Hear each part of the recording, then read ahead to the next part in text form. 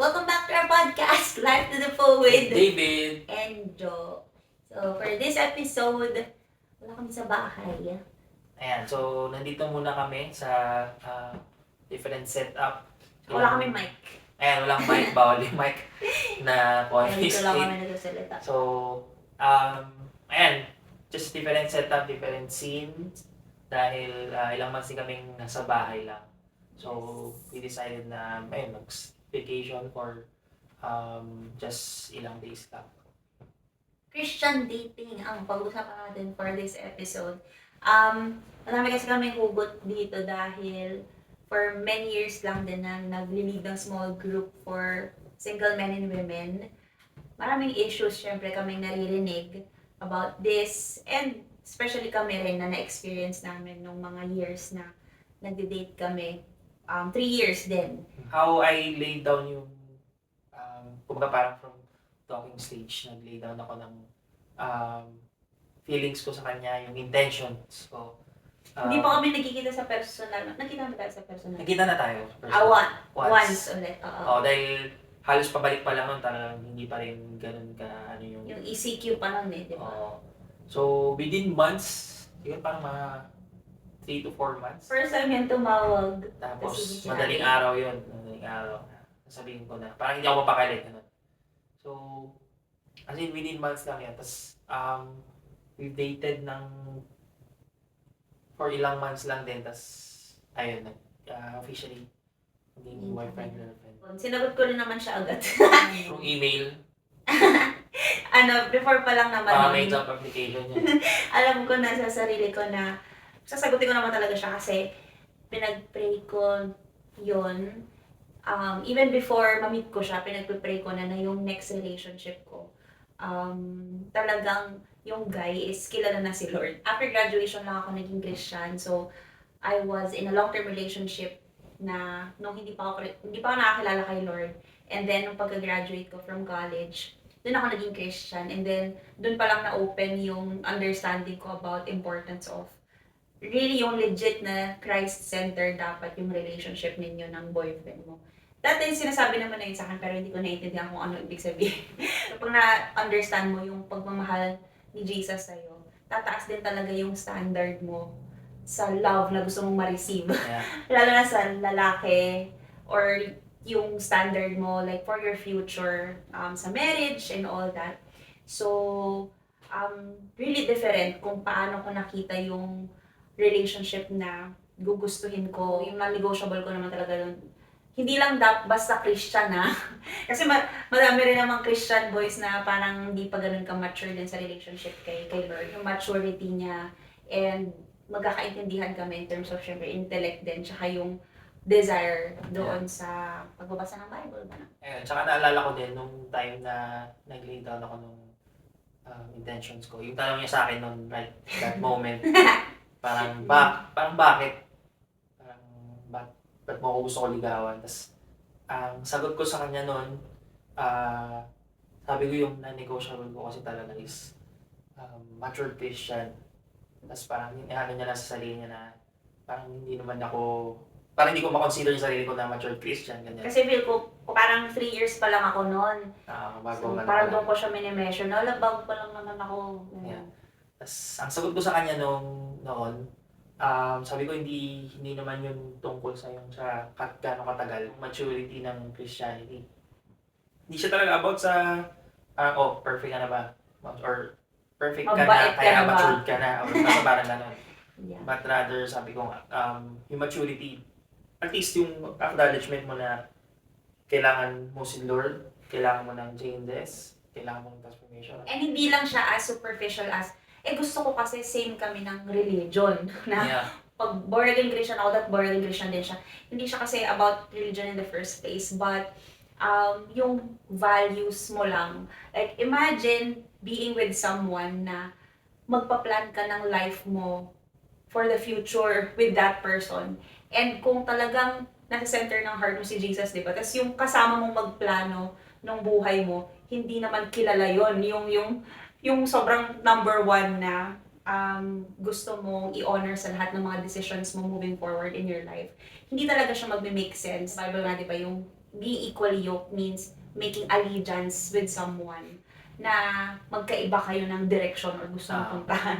Para So, mag-pull towards different hatakan direction. kayo. So, yung conviction ko na yon na ang gusto ko, yung susunod na magiging boyfriend ko is Christian din or kilala si Lord. It's not about just that. So, something beneath the surface. And makikita talaga yon sa mga decisions in life. Tsaka yung kung paano ka rin itatrato ng lalaki. Kung kilala talaga nun si Jesus. So, yeah, hindi lang siya for the sake of same religion. Ayun. So, moving on to sa next, yung personal date, yung experience na namin as Christian couple. Yes, Kasunod nga nung sabi ni Jo, although yun yung standard niya, it doesn't mean naman na yung time na yun, as in, parang ano na ako, parang, perfect.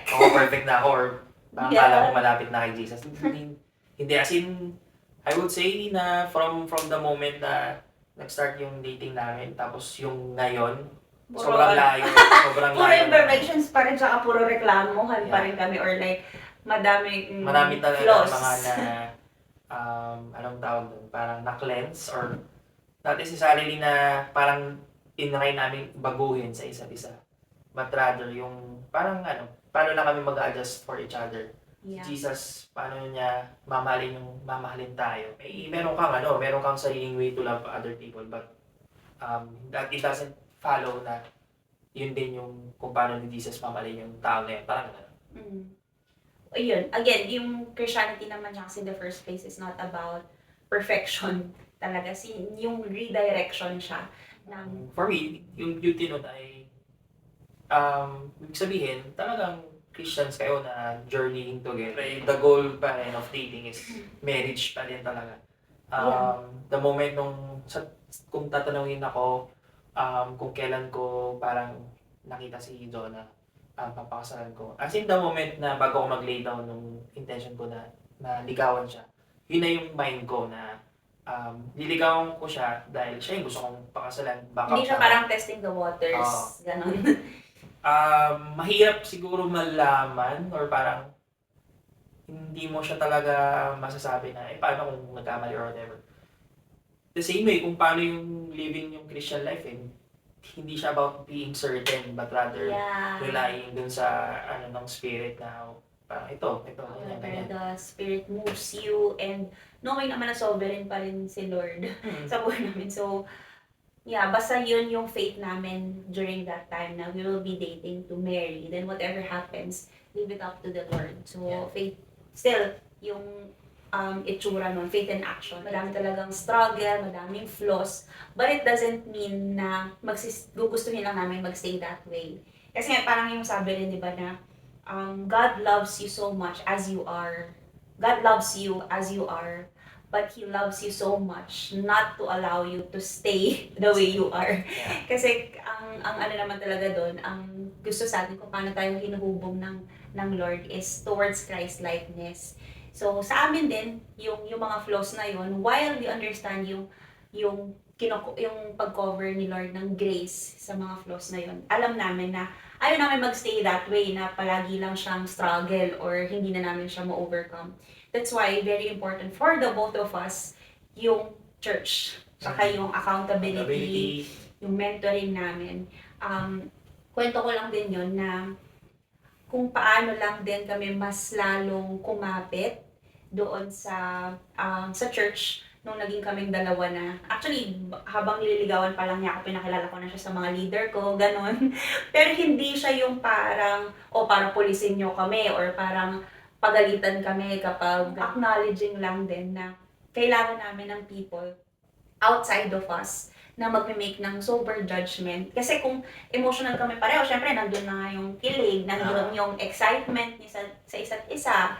Tapos yung, syempre, nandun talaga yung feelings, and every time na emotional ka, mahirapan ka talaga mag-make ng logical decisions. That's why yung godly counsel na nagsasurround sa amin, very important talaga yon. And alam namin yon, knowing our weaknesses. Parang lang din, takes humility lang din from acknowledging na hindi namin to kayang na kaming dalawa lang. So, instead of us na lumayo doon sa church, mas kumapit kami every time na we think na matindi yung temptations or madami kaming mga in-struggle nung time na yun.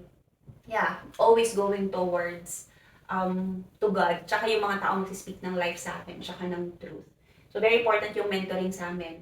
Tsaka additional siguro, siguro yung sabi nga nila na hindi naman sa para pulisin. Siguro sa iba mag-work yun na parang meron kayong guard or whatever siguro yung guard. Mag-work siya siguro, pero for a certain time lang talaga. Kasi hindi naman ganun mag-a-act yung tao eh. I mean, kung ganun mo iaano yung tao, hindi na siya tao, robot na siya. So, parang siguro kung sa iba mag-work yun, pero hindi ganun, hindi siya magiging effective talaga. Kasi yung deep work talaga sa heart yung importante doon. And tsaka yun, very important na yung mga mentors, yung mga accountability people na pipiliin. Trustworthy din hindi lang yung kung sino syempre yung kilala nyo rin na mga kilala nyo, gusto tapos nyo kilala kayo. Yes. At the same time, kumbaga nandun din yung wisdom na, yun nga, kasi kung ang magiging approach naman ng mga tao na yun is to strictly put rules or guardrails sa relationship nyo, then kung mag-work man yun, ibig sabihin nag-work siya dahil sa guardrails. So, di ba, hindi siya mag-make sense in the long run. So, yun siguro yung parang while kailangan may accountability, hindi ibig sabihin na basta may accountability okay na. So, dapat yung people din na yun knows how to ganun din, kung ganun din sila na hindi sila parang legalist na. May talaga lang din sa mga mentors na yun na we can be vulnerable with, who cry with us kapag naging honest lang din kami dun sa mga current struggles. And at the same time, habang minamahal nila kami at nag-extend sila ng grace sa amin, lagi pa rin nila kami babalik dun sa truth. Issues of purity, kasi yun naman talaga yung naging battle namin, lalo na kung tumagal din kami for 3 years. So, over and over again, kailangan namin siyang iluhod sa dasal at saka sabihin talaga, i-confess dun sa mga trustworthy naman na mga mentors and leaders namin na sobrang thankful kami both kasi kita-kita rin namin yung forgiveness na in-extend ni Lord sa amin na yun din yung sinashow nila sa amin. And in the same way rin naman kung paano i-battle yung sin or i-overcome yung sin as an individual. It's the same way you overcome it as a couple na yung sabi nga ni David na hindi siya about rules lang. I mean, for a certain time, actually, share ko lang, meron kaming ginawa ni David na parang contract pa nga nun eh. Na, para kaya, okay, so, nilista ni David doon yung mga ginagawa ko or parang dapat kong iwasan para lang din ma-protect yung mind niya. Like, for example, huwag kang mag-shorts kapag nandito ko sa bahay, no? Ganyan. Tapos ako rin, yung huwag kang masyadong touchy sa banda, yung areas na parang sensitive para sa akin. So, parang sinulatan namin. Nagsulat kami ng ganun. Tapos pinirmahan namin. So, mag-work siya for a time, and then new struggle, and then over and over again, prayer, and then new way to fight it. And hindi ako nahihiyang sabihin na hindi namin first kiss yung sa kasal namin. Kasi hindi talaga namin yung na-keep. Although, I'm very happy for people, yung mga may self-control talaga na kaya yung i-keep hanggang sa wedding day. Pero, well, yeah, yun yung naging journey namin ni David. And mahirap talaga siya. Kaya siya struggle kasi lumalaban ka doon sa flesh. Lumalaban ka doon sa sin. Hindi mo lang siya hinahayaan na okay, sige, ito na lang talaga, gawin na lang natin kung anong gusto natin. So, it's a struggle. And yung sin struggle is a sign that the Holy Spirit is fighting talaga ulit as a couple na hindi lang siya, okay na nga, nakafocus tayo dun sa sin na hindi natin to gawin, dapat bawal. Pero, fixing eyes on Jesus na naturally, the more that you saturate your mind with the Word, yung na-enjoy namin together, yung talking about God, ma-replace din yung thoughts. Mababawasan. Imbes na yun yung tumatambay sa utak, or yung mga ginagawa niyong activities, mas magiging faith building siya as compared to, yung mga normal lang din na date nights na pwede mag-lead to that. So, Yeah, very important yun na when we fight yung sin na yun, or when we struggle with temptations, it's not about really just focusing on not doing the sin, but focusing our eyes on Jesus all the time talaga. Yun Ayan, siya. so, aside from that, yung, especially in relationships, yung boundaries din, Yeah, ang hirap specifically pag-usapan sa nito. Actually, parang hindi siya talaga mako-cover yung lahat kapag ito sa isang episode. Napakalalim niya eh, pero sige, try lang ayan, namin. sa boundaries, na ano ko lang to kasi, napag-usapan na namin to dati, especially for long-term relationship, as in, yung mga tumatagal ng 5, 6, 10, yun usually mga galing high school, ganyan. Sobrang hirap niya kasi syempre, pag ganun na katagal, tapos na encompass niya na yung from ibang different phase of life mo na high school, college, tapos nag-career. So as in yung mga issues ng family, issues ng career, issues ng finances mo. Parang dahil gano'n na kayong katagal, unti-unting nagaan na siya eh.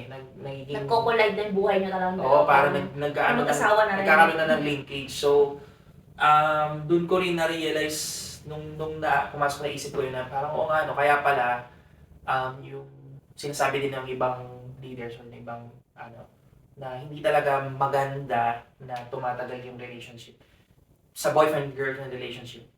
Tapos wala sa isip nyo na mag-settle. Imposibleng hindi kayo magkapasahan ng burden kasi magkasama kayo eh. So, kaya mahirap pagka sobrang tagal or mahirap pagka may relationship kayo tapos nag-aaral pa kayo. Kasi una-una, pag nagkaroon ng problema, Hindi naman yun yung season na nag-focus kasi kayo dapat sa relationship. Yun yung season na dapat nag-aaral kayo.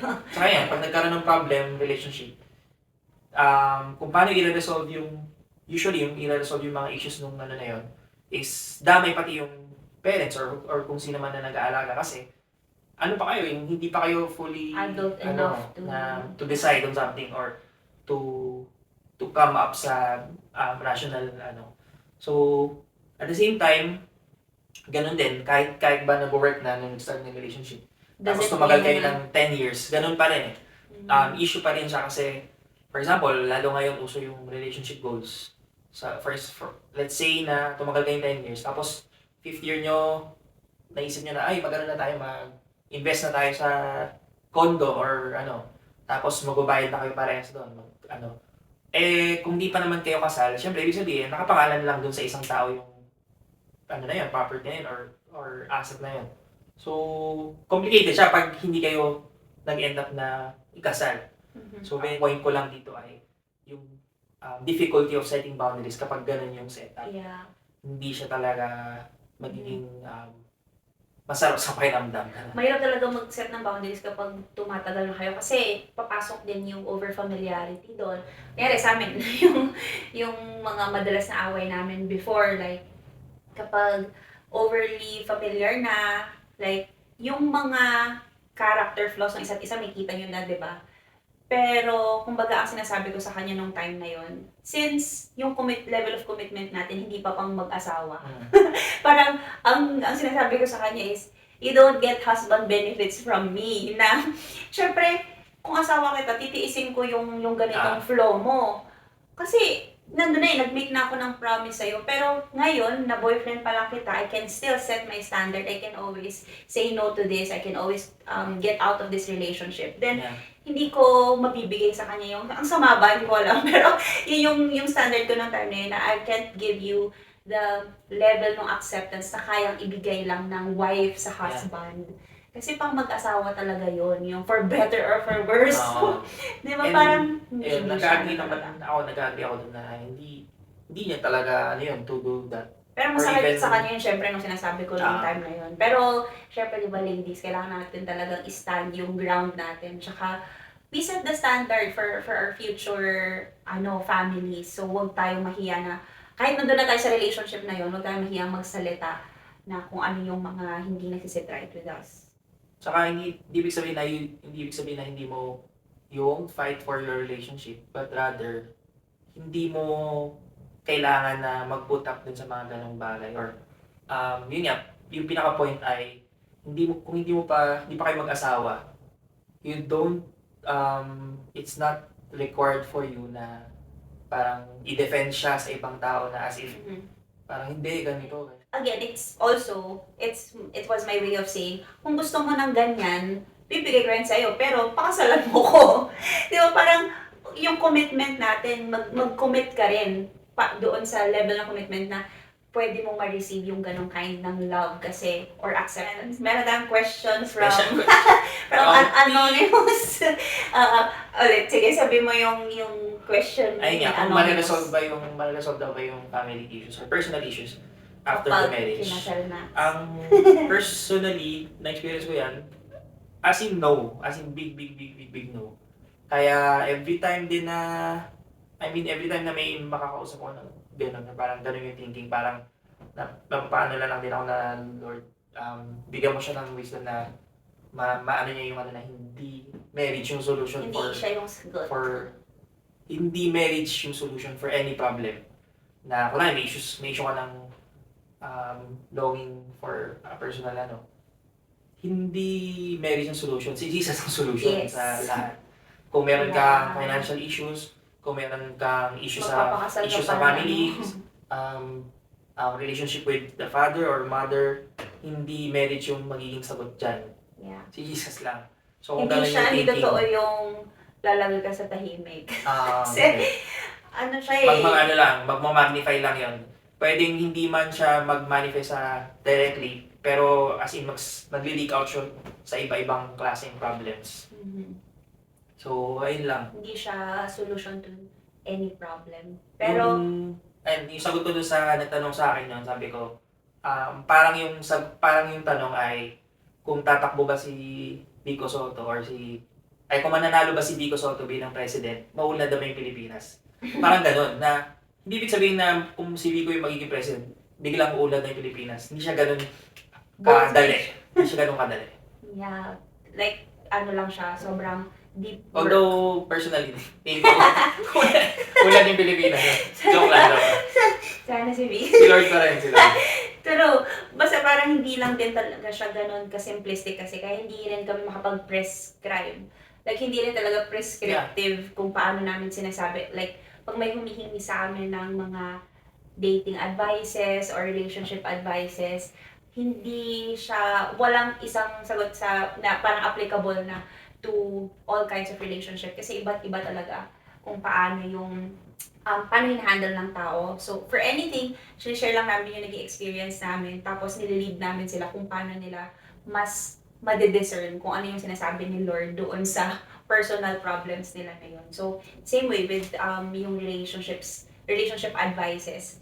This is not us telling you na, okay, ito yung, kami yung ideal couple or dapat merong certain years lang na maging magjowa kayo, tapos ikasal na kayo, 3 buwan lang, ikasal na. Parang wala siyang ganon. Kasi iba-iba talaga yung journey natin as Christians and even as Christian couple. So, ang point talaga nun is just really, acknowledging that you need help. Sobrang big thing na yun. Sabi nga, hindi ko maalala kung saan ko nabasa yun, kung sa Proverbs ba yun na, or parang the wisest thing to do is to ask for wisdom all the time. Parang the fact pa lang na humingi ka na ng tulong or in-acknowledge mo na, hindi ako wise enough to handle this. Wisdom na agad yun. So, yun, number 1 yun. Yung discernment mo dapat. Yun yung medyo sinasharpen mo. Lalo na, talagang big decisions to. yung papakasalan mo. Kasi imagine, di ba, yan na yung kasama mo. Yung sa The Office. Nakakatawa yung pinanood namin yung last episode ng The Office. Ewan ko sa mga nanonood dyan now. Yung kinasal si Dwight, tsaka sino yun? Si Meredith. Ay, si Angela. No, kinasal si Dwight tsaka si Angela. Yung ritual, nakatayo sila dun sa grave. Sa hukay na grave. Kasi sabi, nakakatawa siya pero sobrang real na. Sabi nung pare dun, Kaya kayo nandyan kasi this is to remind you na yan na lang yung escape nyo dun sa decision na gagawin mo ngayon. Which is true. Yung papakasalan mo, yan na yung makakasama mo habang buhay. So imagine every single day of your life, waking up next to a person na pinakasalan mo lang dahil napugian ka.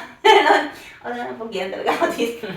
Pero hindi lang yun. So parang, or pinakasalan mo lang kasi may kotse o kaya Kaya maganda yung trabaho. maganda yung trabaho, pero sa araw-araw naman, hindi ka man lang matulungan dun sa mga household chores or, alam mo yun, yung character talaga ng tao, yun yung Tapos maglalas. yun nga, going from Christian dating talon tayo towards marriage. Kwento ko lang din, Mike, yung mabilis yung sa decision ko of yung proposal journey.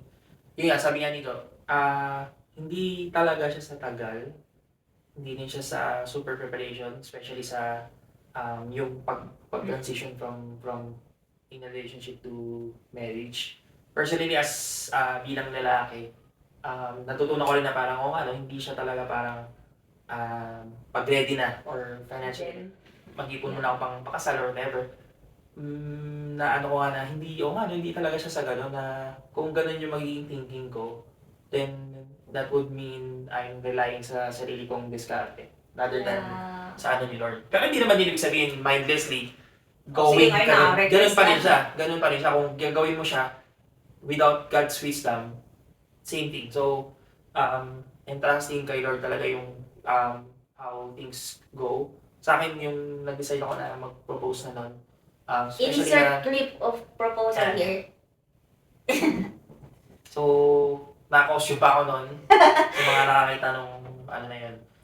Pinaka-thought process ko nun, ba't ganun yung ano ko ay, alam ko kasi na mahirapan si Joe mag-react, especially sa mga ganung moments. So parang, for me, Kasi, ganun nga ako hindi awkward siya talaga na. ano pag yung mga kilig moments, nahihirapan siya. Parang feeling ko kapag may in-expect na reaction sa akin yung gano'n, parang mas lalong huwag niyong manduan, di ko gagawin yung reaction na yan. Kaya ginulat niya ako talaga. Yun talaga parang perfect ano sa akin na ganito gagawin ko. Parang nasa isip ko, parang mawala yung ano sa kanya na mahiya siyang mag-react.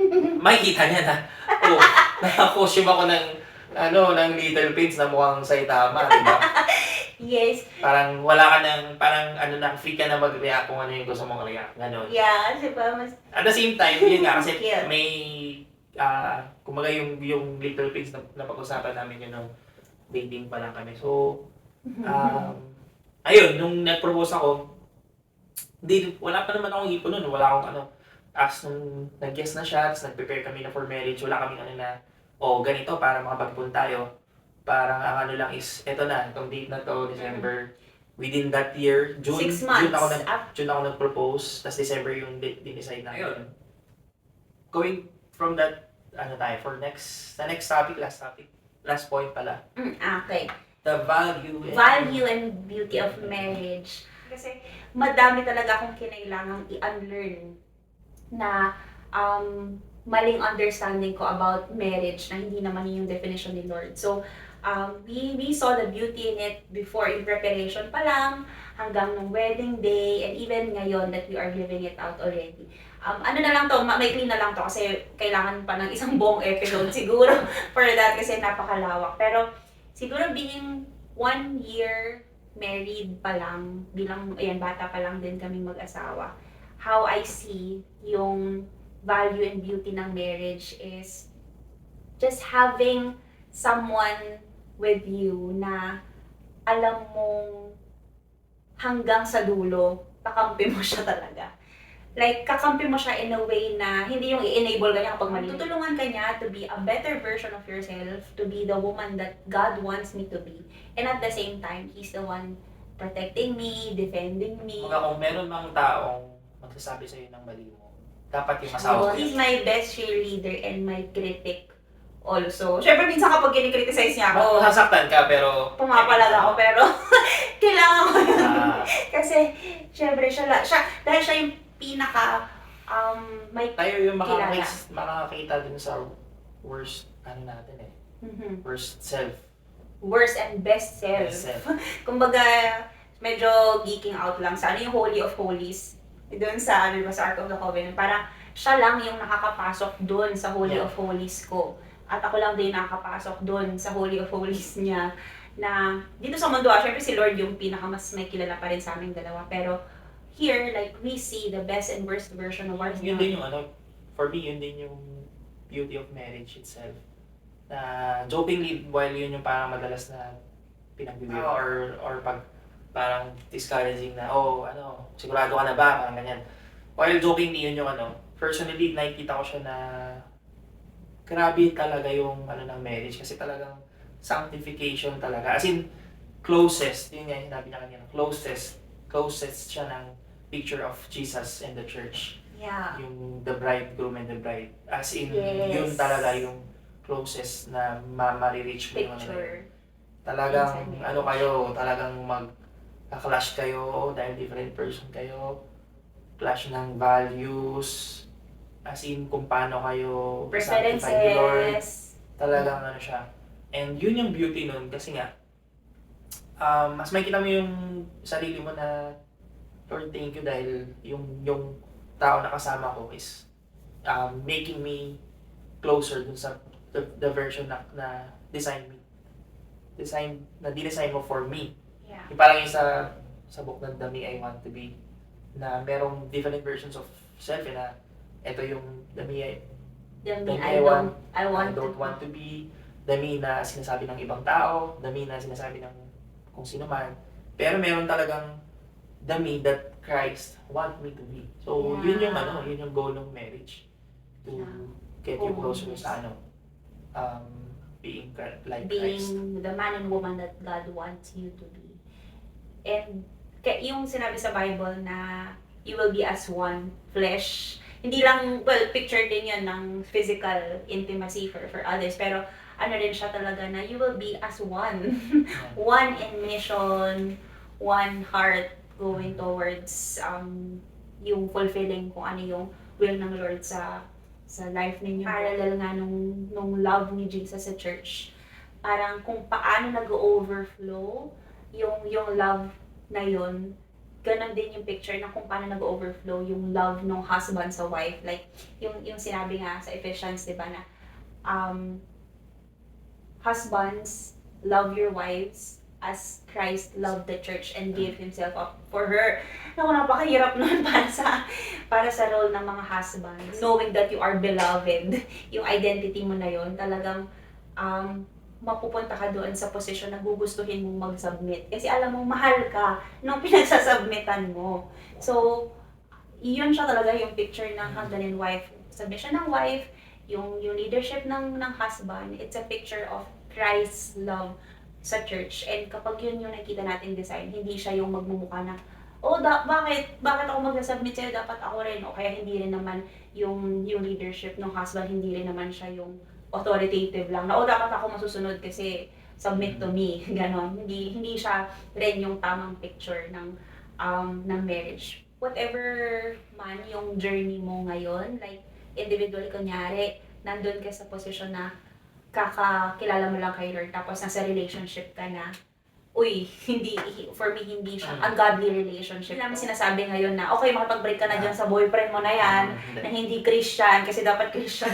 So, iba kung paano sinisulat ni Lord yung story nyo rin. But, ang importante dun is yung daily na pag-consecrate natin, yung time natin with the Lord, doon lang din talaga natin malalaman kung ano yung next step natin ngayon, and then bukas. Hindi siya one big decision. So, yung small obedience natin in the same direction every single day, yun yung magde-define kung paano lang din maging marriage natin.